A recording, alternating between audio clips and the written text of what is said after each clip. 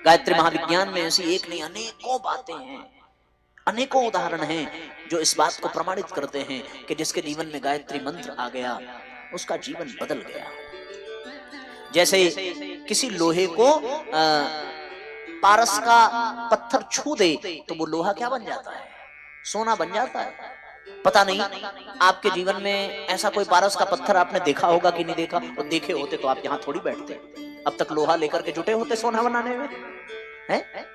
कितने लोग तो लोहे का भंगार खरीद लेते कि भाई सब सोना बना डालो, पारस का पत्थर मिल जाता। पर सुना है हमने ऐसा कि पारस का पत्थर मिल जाए तो वो लोहे को सोना बना देता है। ये सुना गया है, देखा आज तक नहीं गया है। पर साथियों हमने देखा है अपने जीवन में कि गायत्री मंत्र ने जिसको छू दिया वो अवश्य सोने का बन जाता है, उसका जीवन अवश्य धन्य बन जाता है, उसकी कीमत बढ़ जाती है।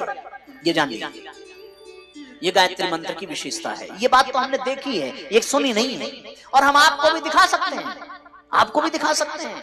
अगर आपको देखना ही हो तो बहुत बड़े बड़े उदाहरण, बहुत बिरले उदाहरण, बहुत बड़े बड़े महापुरुषों को तो आप बाद में देखिएगा। आपके सामने मैं स्वयं बैठा हूं, मैं कोई महापुरुष नहीं हूं, मैं कोई बहुत योग्य व्यक्ति नहीं हूं। पर हाँ इतना तो अवश्य है कि हमारा भी जीवन कदाचित लोहे के जैसा ही था, लेकिन गायत्री मंत्र और गायत्री माता ने छू लिया तो अब जीवन कुंदन बनने की राह पर है। पता नहीं कितना बन पाए हैं, इसका मूल्यांकन तो कोई जौहरी ही कर सकता है। स्वयं लोहा थोड़ी प्रमाण दे सकता है कि सोना थोड़ी प्रमाण दे सकता है कि हम सोने हैं।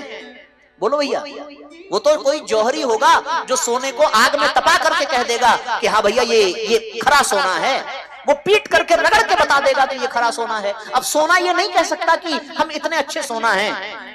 तो उसी तरीके से हम ये तो आपको नहीं कह सकते कि हम बहुत अच्छे सोना हैं, बहुत अच्छे व्यक्ति हैं, लेकिन इतना अवश्य कह सकते हैं कि वैसा बनने की राह पर जरूर हैं।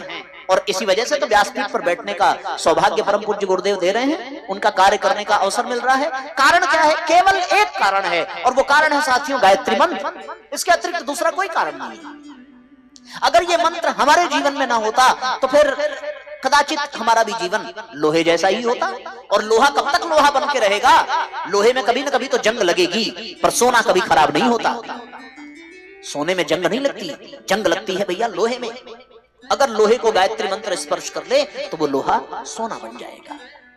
ये आप जान लीजिए। फिर आप एक बात कहेंगे कि एक बात बताइए, अन्य जितने भी देवी देवता हैं, अन्य जितने भी मंत्र हैं, वो सब बेकार हैं, वो सब व्यर्थ हो गए? तो हम आपसे एक बात ये भी कह देना चाहते हैं, बहुत सावधानी से सुनना, बहुत ध्यान से सुनना। जरा सा भी ध्यान इधर उधर गया तो आपका बड़ा नुकसान हो जाएगा, बहुत बड़ा नुकसान हो जाएगा। हम नहीं चाहते कि आपका नुकसान हो, इसलिए सावधान हो जाइए और बहुत ध्यान पूर्वक एक बात सुन लीजिए। आपके मन में यह प्रश्न होगा कि आपने गायत्री मंत्र के विषय में बता दिया, गायत्री माता के विषय में बता दिया। हम लोग तो राम जी की पूजा करते हैं, हम लोग तो कृष्ण भगवान की पूजा करते हैं, हम तो हनुमान जी की पूजा करते हैं, हम तो शंकर भगवान की पूजा करते हैं, हम गणेश जी की पूजा करते हैं। तो फिर आज तक जो ये सारी पूजाएं हमने की हैं, इनके मंत्रों का जाप किया, इनके नाम का जाप किया, वो सब क्या व्यर्थ हो गया? गायत्री मंत्र ही सर्वश्रेष्ठ मंत्र है, ये सब बेकार है? हम आपसे एक बात कह दें कि आपने अभी तक जिन देवी देवताओं की पूजा की, भगवान राम, भगवान कृष्ण, इन सब की पूजा की है, वो व्यर्थ नहीं हुआ है। इन पूजाओं का लाभ ये है कि वो आपको लोहा तो बना देंगे, ये जान लीजिए। क्योंकि पारस मिट्टी को सोना नहीं बना सकता, पारस किसी लकड़ी को सोना नहीं बना सकता, पारस लोहे को ही सोना बनाता है। और राम भगवान, कृष्ण भगवान, शंकर भगवान, इन सब के नाम जपने से, इन सब के धाम की यात्रा करने से, इनके कहानी कथाओं को सुनने से हमारा आपका जीवन लकड़ी से, मिट्टी से लोहा बन गया है। अब इस लोहे में गायत्री मंत्र को छुलाया जाएगा तो अपने आप ये सोना बन जाएगा। यही गायत्री मंत्र की विशेषता है। हम तो ये विश्वास पूर्वक कहते हैं, अगर आप राम से न जुड़े होते तो आज आप यहाँ किसी पंडाल में न बैठते, क्योंकि अगर राम से न जुड़े होते तो आपके जीवन में पंडाल न होता, आपका जीवन चांडाल के समान बन जाता। आप कृष्ण से जुड़े थे, आप भगवान शंकर से जुड़े थे, तब तो आकर के आप भैया इस मंदिर में, कथा के मंदिर में आकर के बैठे। अगर आप भगवान से न जुड़े होते तो आप किसी मंदिर में नहीं, आप किसी मंदिरालय में जाकर के बैठे होते। ये तो भगवान की कृपा है आपके ऊपर कि आप यहाँ कथा तक आ गए। और मैं आपको सच कहता हूँ, आपने जो आज तक राम की, शिव की, कृष्ण भगवान की, गणेश भगवान की, दुर्गा माँ की, रेणुका माता की जो पूजा की है, जो उपासना की है, उनकी कृपा आपके ऊपर बरस रही है कि आज आपको गायत्री मंत्र के विषय में जानने का सौभाग्य मिल रहा है। जो इस मंत्र को जीवन में जान करके धारण कर ले, उसका जीवन स्वर्ण के समान बन जाएगा। ये सौभाग्य का विषय है। अगर आप इनसे न जुड़े होते तो आप यहां आकर के बैठते ही क्यों? कथा में कौन बैठता है जो भगवान से जुड़ा रहता है?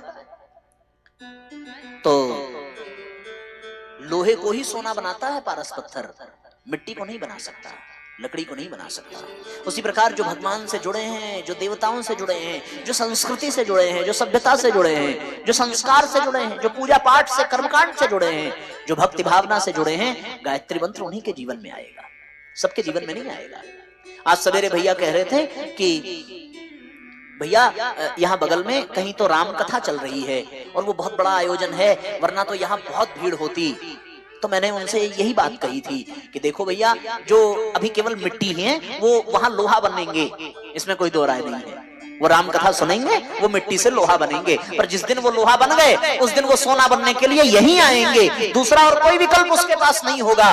क्यों? क्योंकि लोहा से सोना बनाने का काम केवल गायत्री मंत्र कर सकता है, ये जान लीजिए। तो इस बात की कोई चिंता करने की आवश्यकता ही नहीं है। वहां संख्या बहुत अधिक है। वो कह रहे थे कि बहुत सारे लोग वहां जा रहे हैं। अरे भैया, लोहे की मात्रा अधिक होती ही है, लेकिन सोने की मात्रा अधिक नहीं होती।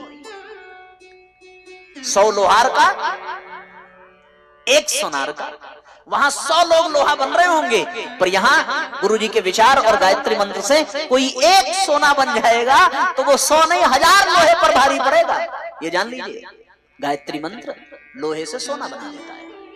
और बाकी जो राम कथा है, कृष्ण कथा है, भागवत कथा है, ये आपको मिट्टी से लोहा तो बना देगा, हाँ, पर लोहे से सोना बनने के लिए आपको राम के पद चिन्हों पर चलना पड़ेगा।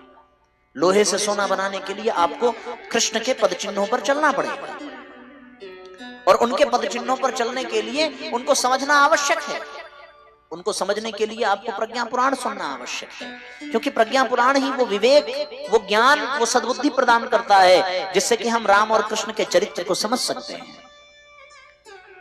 तो हम लोगों की फैक्ट्री थोड़ी अलग है, यहाँ असली माल तैयार होता है भैया, ये जान लीजिए। हम लोग लोहा नहीं बनाते, हम लोग सीधे सोना बनाते हैं। और लोहे की बेड़ियां हाथ में आ जाएं तो व्यक्ति जेल में जाता है, और सोने का कंगन हाथ में आ जाए तो ये सुहागन होने का प्रतीक बन जाता है। गायत्री माता सौभाग्य से भर देती है, इसलिए गायत्री मंत्र जीवन में आ जाए तो अंदर के कषाय कलमश मिट जाते हैं, अंतःकरण के अंदर की गंदगी साफ हो जाती है। ये जान लीजिए, अंतःकरण के अंदर की गंदगी क्या है? पूर्व जन्मों के संचित संस्कार और मंत्र, और उसमें भी गायत्री मंत्र हमारे अंदर के मैल को मिटाता है, अंदर के मैल का सर्वनाश कर देता है। परम पूज्य गुरुदेव ने एक स्थान पर लिखा है कि व्यक्ति को अगर अपने पापों से मुक्ति चाहिए तो उसके लिए केवल 2 उपाय हैं, केवल 2 उपाय। पहला उपाय यह है, या तो वो उन पापों को भोग ले, और दूसरा उपाय यह है कि या तो वो गायत्री माता की शरण में आ जाए, तो गायत्री मंत्र के प्रभाव से हमारे पाप वैसे ही मिट जाते हैं जैसे आग पर रखा हुआ जल भाप बन करके उड़ जाता है। ऐसा गायत्री मंत्र का प्रभाव है। गायत्री मंत्र का जप करने से हमारे पाप कपूर के तरीके से उड़ करके मिट जाते हैं, समाप्त हो जाते हैं। मननात् त्रायते इति मंत्र है, जो मन का त्राण कर दे, जो बुद्धि का परिमार्जन कर दे, जो चित्त के कुसंस्कारों को मिटा दे, उसको गायत्री मंत्र कहते हैं। ये हमारे मन को शुद्ध, मन को पवित्र करने का मंत्र है, हमारे अंतःकरण को निर्मल बनाने का मंत्र है। इस मंत्र का जाप करने वाले स्वयं भगवान राम, स्वयं भगवान कृष्ण हैं। आप भागवत की कथा पढ़िए, सुनिए नहीं, सुनने में तो आपको ये सब मिलेगा ही नहीं। आप अगर खुद से पढ़ेंगे तो हम आपको बता देते हैं भागवत, श्रीमद् भागवत महापुराण के 10वें स्कंद के उत्तरार्ध का प्रसंग, जिसमें भगवान के गृहचर्या, जीवनचर्या का वर्णन देवर्षि नारद करते हैं, उसमें स्पष्ट रूप से लिखा है कि भगवान कृष्ण प्रतिदिन संध्या वंदन करते हैं और अग्निहोत्र करते हैं।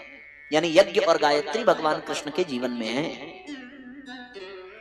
और अगर आप राम कथा पढ़ना चाहते हैं तो आप राम कथा पढ़िए। राम कथा में, रामचरितमानस में आप बालकांड की चौपाइयां पढ़िए और बालकांड की चौपाई वहां से पढ़ना प्रारंभ करिए जब विश्वामित्र के साथ भगवान राम लक्ष्मण जनकपुर की ओर प्रस्थान करते हैं। तो वहां भगवान राम के त्रिकाल संध्या का वर्णन है। यानी भगवान राम लक्ष्मण विश्वामित्र जी सवेरे भी गायत्री मंत्र का जप करते हैं, दोपहर में भी करते हैं और शाम को सूर्यास्त के समय भी गायत्री मंत्र का जप करते हैं। ये रामचरितमानस में लिखा हुआ है, आप पढ़ करके देखिए। वहां संध्या वंदन नाम से गायत्री मंत्र को संबोधित किया गया है। संध्या वंदन को गायत्री मंत्र का जप कहते हैं। आपको हम प्रमाण दे रहे हैं। अब ये बातें आप राम कथा भागवत में नहीं सुनेंगे, उसका बहुत बड़ा कारण है। वो कारण आप जानिए ही मत, आप तो अपने काम में लग जाइए कि अगर आपको प्रमाण चाहिए विश्वास करने के लिए तो आप इसी स्थान पर जाकर के उन ग्रंथों को पढ़ लेना। और साथियों, आप अगर भगवान शंकर में श्रद्धा रखते हैं, आप शिव पुराण की कथा सुनते होंगे, भगवान शिव पुराण के ग्रंथ पढ़ते होंगे, तो आप शिव पुराण के ग्रंथ को उठा करके पढ़ना। पहला अध्याय, प्रथम खंड का पहला अध्याय ही गायत्री मंत्र का विस्तार से वर्णन करता है। शिव पुराण, ऐसा कोई ग्रंथ नहीं है जिसमें गायत्री मंत्र के विषय में न हो, ये जानिए। श्रीमद् देवी भागवत में गायत्री मंत्र के विषय में अंतिम के 2 अध्याय पूरे तरीके से केवल गायत्री मंत्र की ही चर्चा करते हैं।